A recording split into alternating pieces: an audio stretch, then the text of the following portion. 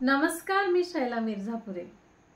समजून घे ना तिला जरा या कवितेच्या माध्यमातून पती पत्नीतील सुंदर नात्यामध्ये व्यक्त होणे किती गरजेचं आहे जाणून घेऊया.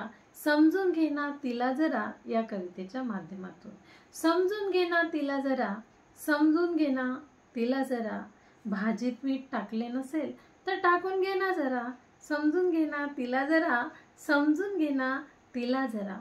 प्रत्येकच वेळी दोष तिचाच का रे? स्वतःलाही चाचपून बघ ना जरा. तुझाच प्रश्न, उत्तरही तुझेच, निरुत्तर फक्त तीच जरा. समजून घे ना तिला जरा, समजून घे ना तिला जरा. जन्मानंतर पित्यासाठी, लग्नानंतर तुझ्यासाठी, बाकी सगळं बाळासाठी. तिच्यासाठी काही उरलं का जरा? समजून घे ना तिला जरा, समजून घे ना तिला जरा. कधी उशिरा जाग आलीस तर चहाचा कप दे ना जरा, चहाचा कप दे ना जरा. बरी आहेस ना तू? कधी विचारून बघ ना जरा, कधी विचारून बघ ना जरा. समजून घे ना तिला जरा, समजून घे ना तिला जरा.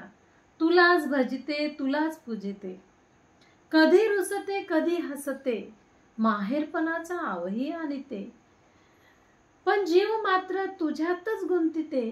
म्हणून समजून घे ना तिला जरा, समजून घे ना तिला जरा.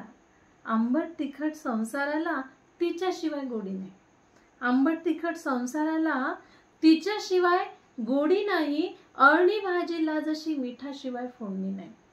तिच्याशिवाय तू, तुझ्याशिवाय ती म्हणजे संसार नाही.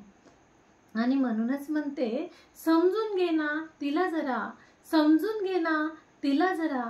भाजीत मीठ टाकले नसेल तर टाकून घे ना जरा, टाकून घे ना जरा.